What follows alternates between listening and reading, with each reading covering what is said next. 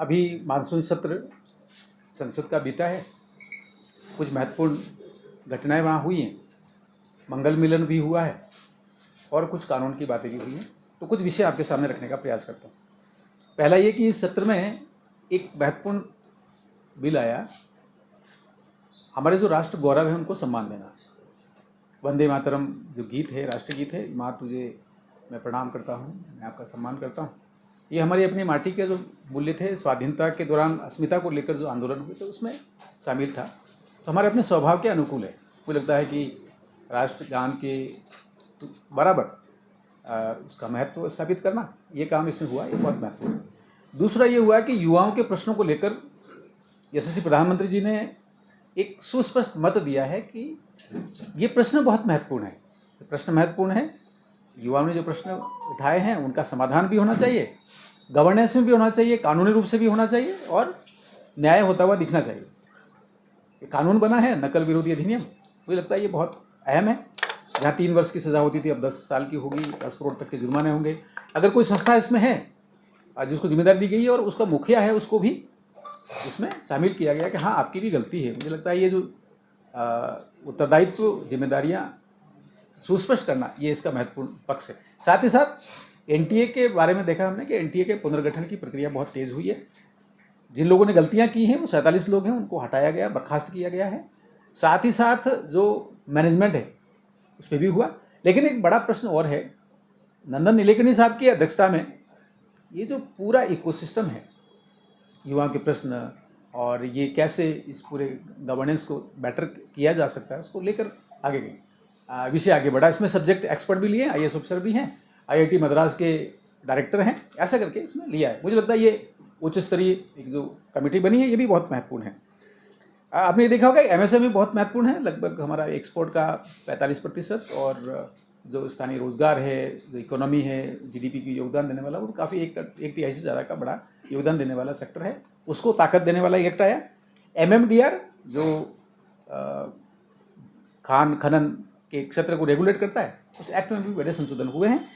एक महत्वपूर्ण और चीज़ है जो डेटा संरक्षण को लेकर और AI को जोड़ते हुए कैसे हम वैश्विक स्तर पर हमारे अपने भारतीय जो आंकड़े हैं, विश्लेषण हैं, उनको सुस्थापित करें, प्रतिष्ठित करें और उसको एक ऐसा संस्थान हो जो बड़ा संस्थान हो, जिसके बाद ऑटोनॉमी हो, उसको लेकर एक एक्ट पारित हुआ है।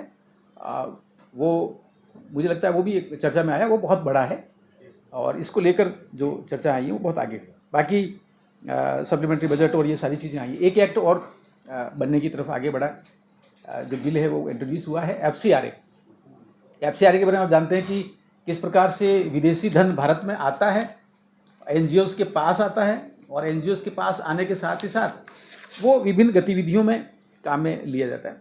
वो बिल इंट्रोड्यूस हुआ, इंट्रोड्यूस होने के बाद उसको JPC के पास भेजा गया है। इसमें 21 सांसद लोकसभा के होंगे और 10 राज्यसभा के, वो चर्चा करेंगे। मुझे लगता है आने वाले समय में सबसे बड़ा होगा।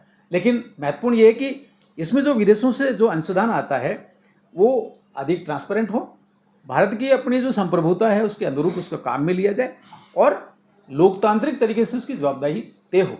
ये भी विषय इसमें देखने को आया।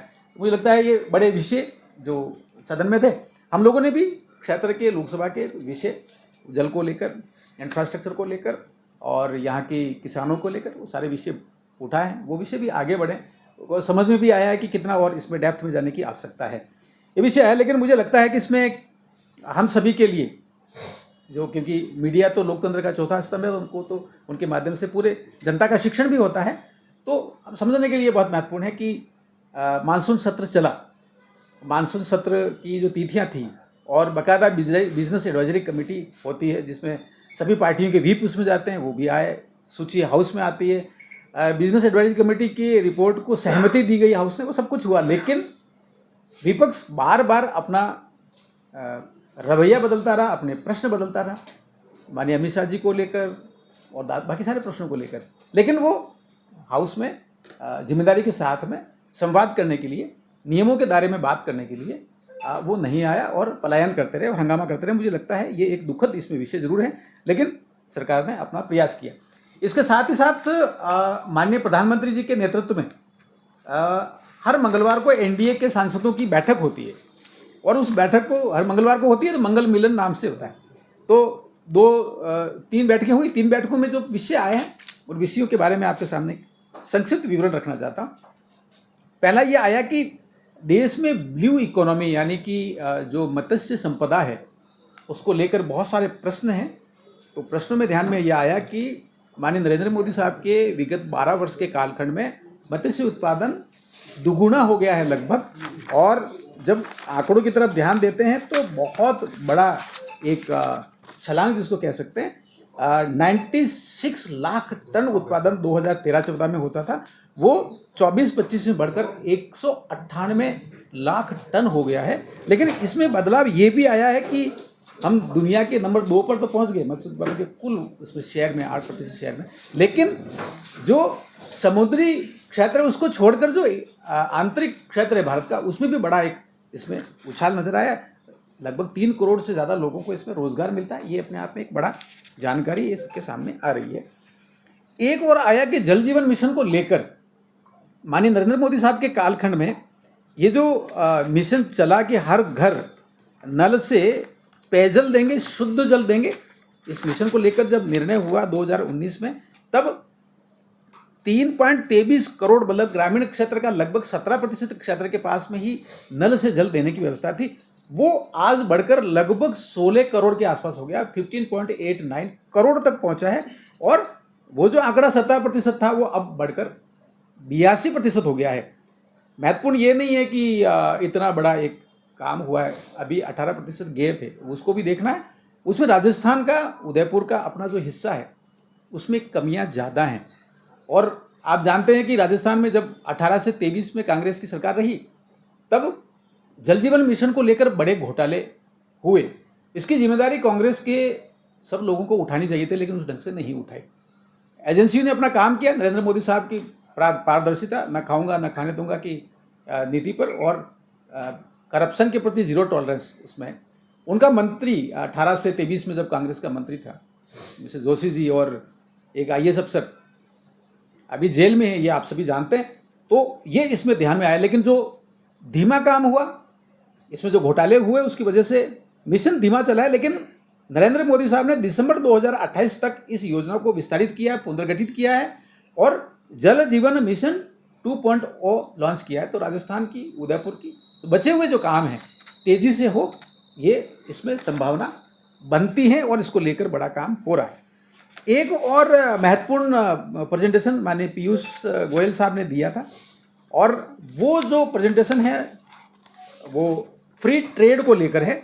और फ्री ट्रेड में महत्वपूर्ण बातें ये आती हैं कि हम हमारा अपना देश की जो इकोनॉमी है वो कहाँ जा रही है, इसको आंकड़ों को लेकर बात करते हैं। तो 2014 तक फ्री ट्रेड एग्रीमेंट्स जो हुए थे वो 10 हुए थे, बहुत महत्वपूर्ण आंकड़ा है, और ये लगभग $10 ट्रिलियन की इकोनॉमी को लेकर थे। लेकिन 2014 के बाद में जो एग्रीमेंट हुए हैं वे GDP का लगभग $60 ट्रिलियन की जो इकोनॉमी वर्ल्ड लेवल पर चलती है उसके साथ एग्रीमेंट हुए हैं। आप देख सकते हैं कि लगभग 6 गुना 2014 के बाद का जो वॉल्यूम है वो 6 गुना बढ़ा है। अब एग्रेशन है, हम यूरोप के साथ भी हैं, न्यूजीलैंड के साथ भी हैं, अर्जेंटीना के साथ भी, अफ्रीकन देशों के साथ में, बाकी सभी देशों के साथ में। इससे जो विकसित भारत का जो मार्केट है उसके अनुरूप तेजी से आगे बढ़ रहे हैं, और कितना किस टैक्स में कितना बात होगी वो उसका एक बड़ा बदलाव इसमें नज़र आता है। ये विषय देखने को मिले। साथ ही साथ 2 विषय और मुझे लगता है कि चर्चा में आने चाहिए। वो विषय ये है कि कांग्रेस का और हमारे यहाँ एक नई पार्टी आई है BJP, वो भी अपना एक उपस्थिति रखती है। कुछ विषय उनके थे, तो 2 विषय उनके साथ कनेक्टेड हैं। पहला तो ये कि कांग्रेस तो अपना गलती करती है कि कैसे उनका राष्ट्रीय नेतृत्व निर्णय लेता है, झूठ बोलता है, भ्रम फैलाता है, और उसके बाद पलायन कर दिया युवाओं के मैटर में। और दूसरे जो एक्ट आए, बिल आए थे, उसमें कोशिश की कि आप आइए चर्चा करते हैं, और चर्चा करने के बाद शायद और बेहतर हम लोग इसमें वैधानिक प्रावधान कर सकते हैं। वो विषय आया तो उन्होंने पलायन की नीति अपनाई। और साथ ही साथ जो यहाँ बीएपी का जो एक सांसद है डूंगरपुर बांसवाड़ा से, उसने भी कांग्रेस के पिछलग्गू की तरह पलायन का ही नीति अपनाया और कुछ विषयों पर उन्होंने देखा कि हाउस में काम नहीं करना है, तो हम उनसे मोटे तौर पर ये प्रश्न जाता है समाज की तरफ से, क्षेत्र की तरफ से, और क्षेत्र की जनता क्योंकि विकास चाहती है, तो उनका अभी तक का जो ट्रैक रहा है उस ट्रैक को वो तोड़ें।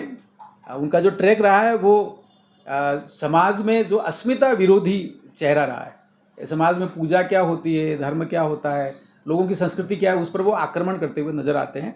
और चर्च प्रेरित जो एजेंडा है विशेष तौर पर धर्म कोड को लेकर और संविधान की गलत व्याख्या को लेकर, उन बातों को ही लेकर वो चलते हैं। और पिछले जिस प्रकार से कांग्रेस ने नक्सलवाद के मैटर में उनके प्रति, नक्सलवादियों के प्रति जो सहानुभूति दिखाई, और बाकायदा जो डूंगरपुर बांसवाड़ा का सांसद है वो भी नक्सलवादियों के साथ में, विशेष तौर पर हिडमा का जब एनकाउंटर हुआ तब हिडमा के साथ में खड़े रहते हुए ये देखे गए। और इनके राष्ट्रीय प्रवक्ता डॉक्टर जितेंद्र तो बाकायदा हर घर में हिडमा निकलेगा, कितने हिडमा मारोगे, ऐसे नारे लगाते हुए इंडिया गेट पर देखे गए थे। मुझे लगता है ये जो पूरा इकोसिस्टम है ये क्षेत्र में शांति विरोधी नज़र आता है। और साथ ही साथ अब तो उनको ध्यान में ये भी आ गया कि, लोगों के ध्यान में आ गया कि अब तो ये, क्योंकि नक्सलवाद तो विकास विरोधी है, तो ये भी उनके साथ खड़े हैं, तो ये विकास विरोधी नज़र आते हैं। और युवाओं के प्रश्न जब चर्चा होती है तो युवाओं के लिए भी ये सामने नहीं आते, और आना चाहिए, चर्चा करना चाहिए, लेकिन उससे भी पलायन करते हुए नजर आते हैं। और एक ध्यान में ये भी आता है, यूनाइटेड नेशंस जैसा महत्वपूर्ण प्लेटफॉर्म है जिस पर कि एक सांसद को अपना परमिशन लेकर, अपना पूरी अनुमति लेकर जाना चाहिए।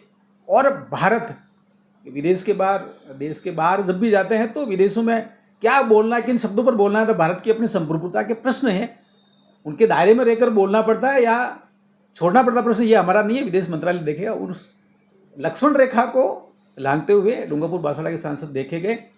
2007 में अजय मल्होत्रा जी ने, जो भारत का अपना यूएन में मिशन होता है और उसके एक सही प्रतिनिधि हैं, उन्होंने जो स्टेटमेंट दिया था कि भारत में किस प्रकार से हम लोग इंडिजिनियस पीपल को डील करते हैं, टैकल करते हैं, कॉन्स्टिट्यूशनल स्थिति क्या है, और किस प्रकार से हम दुनिया के जो मूल निवासी हैं उनके प्रति सहानुभूति रखते हैं, देश के सारे लोग मूल निवासी हैं, ये प्रश्न था।